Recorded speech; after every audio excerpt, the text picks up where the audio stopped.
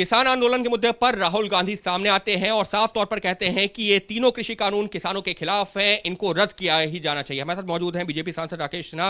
Rakesh ji, Rahul Gandhi press conference करके कहते हैं कि तीनों कृषि कानून किसानों के खिलाफ हैं, पूंजीपतियों का फायदा पहुंचाने के लिए और देश को 3-4 पूंजीपतियों के हवाले करने के लिए ऐसे कानून लाए जा रहे हैं। देखिए, राहुल गांधी को ना किसान का पता है, ना हल का पता है, ना बैल का पता है। जो व्यक्ति भारत के कृषि का और किसानों के बारे में बुनियादी बातों को नहीं जानता है, वह कम से कम ऐसी बातें ना करे जो संसदीय जनतंत्र पर, किसानों के हित और उनकी समृद्धि पर हमला हो। जब संसद में ये कानून पारित हो रहा था, उस पर बहस हो रही थी, उनकी पार्टी ने क्यों नहीं इन तीनों कानूनों को रद्द करने की मांग की थी। उनकी पार्टी के लोगों ने अपनी आलोचना तो की, असहमति तो जताई, लेकिन कानून के बुनियादी प्रश्नों पर के खिलाफ नहीं कहा था।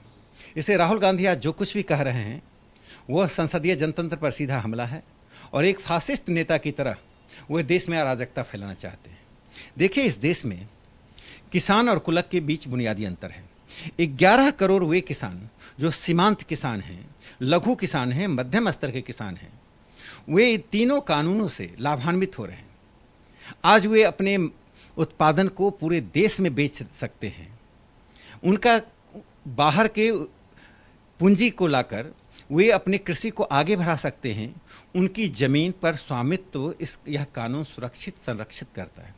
राहुल गांधी देश को बताएं कि इस कानून के किस प्रावधान से किसानों का अहित हो रहा है और किस प्रावधान से इस देश के पूंजीपतियों और उद्योगपतियों का अहित हो रहा है। लेकिन सर, राहुल गांधी ने इसी का जवाब देते हुए कहा है कि सरकार के मंत्रियों और खुद प्रधानमंत्री को कानून के कृषि के बारे में जितनी जानकारी है उससे ज्यादा किसानों को, और जब किसान नहीं चाहते कि ये कानून जो है उनको नहीं चाहिए तो फिर आके जबरन क्यों थोपा जा रहा है। राहुल गांधी देश को यह भी बता दें, इस देश में के इन तमाम राज्यों में किन राज्यों में किसानों ने इस कानून के विरोध में प्रदर्शन किया है, इस कानून को वापस लेने की मांग की है।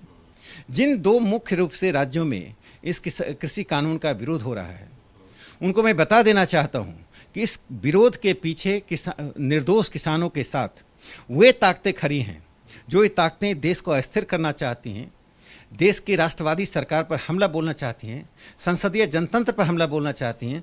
ऐसी ताकतें एकजुट होकर किसान आंदोलन को वार्ता के रास्ते से भटका रही हैं, उनको गुमराह कर रही हैं। सरकार खुले रूप से किसानों को आमंत्रित कर रही है। जो कुछ भी आपत्तियां होंगी उन आपत्तियों को एड्रेस करने के लिए सरकार खड़ी है। लेकिन सर, सबके बीच में राहुल गांधी ने जो गतिरोध किसानों और सरकार के बीच में बना हुआ, उस पर कहा ये गतिरोध नहीं बल्कि अहंकार है सरकार का। इतना ही नहीं, सुप्रीम कोर्ट पर टिप्पणी नहीं करना चाहता, लेकिन सुप्रीम कोर्ट की असलियत सबको पता है। ये बात क्या है? देखिए, एक विपक्ष के एक बड़े नेता के द्वारा सर्वोच्च न्यायालय पर यह टिप्पणी करना मुझे असाधारण और असामान्य इसलिए नहीं लगता है और अपवाद स्वरूप इसलिए नहीं लगता है कि सर्वोच्च न्यायालय में ही विद्रोह कराने की कांग्रेस पार्टी ने तैयारी की थी। आज देश की सभी संस्थाओं को, चाहे वो लोकतांत्रिक संस्थाएं हैं जो मैंडेट से आई हैं या न्यायालय हैं, उन सब पर कांग्रेस पार्टी उनकी विश्वसनीयता पर सवाल खड़ा कर रही है, भ्रम पैदा कर रही है।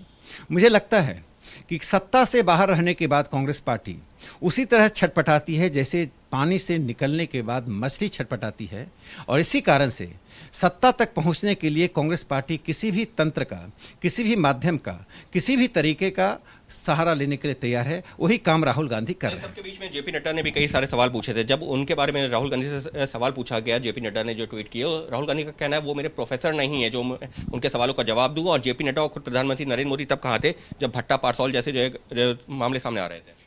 देखिए, राहुल गांधी की यह टिप्पणी भारतीय जनता पार्टी के राष्ट्रीय अध्यक्ष श्री जगत प्रकाश नड्डा जी के प्रति न सिर्फ अशोभनीय, अनिंदनीय है, निंदनीय है, बल्कि यह भी दिखाता है कि उन्हें लोकतांत्रिक मर्यादा का ज्ञान नहीं है। एक रूलिंग पार्टी का राष्ट्रीय अध्यक्ष यदि कोई सवाल खड़ा करता है और कोई भी व्यक्ति देश में सवाल खड़ा करता है तो संवाद की उस मर्यादा के तहत आपको उसका जवाब देना चाहिए। जवाब देने की उनकी बाध्यता नहीं है, लेकिन प्रश्न पूछने वाले पर अशोभनीय टिप्पणी करना कम से कम संसदीय जनतंत्र में नहीं होता है। संसदीय जनतंत्र संवाद के आधार पर चलती है और विपक्ष और सरकार एक दूसरे से सवाल जवाब करती है। राहुल गांधी जिस वंशवादी राजनीति का प्रतिनिधित्व करते हैं उसे उन्हें जवाब देने नहीं आता है, सिर्फ सवाल करने आता है। साफ तौर पर राहुल गांधी ने जो आरोप लगाए हैं वो पूरी तरह से बेबुनियाद है, क्योंकि तीनों कृषि कानून किसानों के हक के हैं और उनको सिर्फ गुमराह करने की कोशिश की जा रही है कांग्रेस के द्वारा। ये कहना है बीजेपी सांसद राकेश सिन्हा का। कैमरा पर्सन सुजीत सामल के साथ अंकित गुप्ता, एबीपी न्यूज, दिल्ली।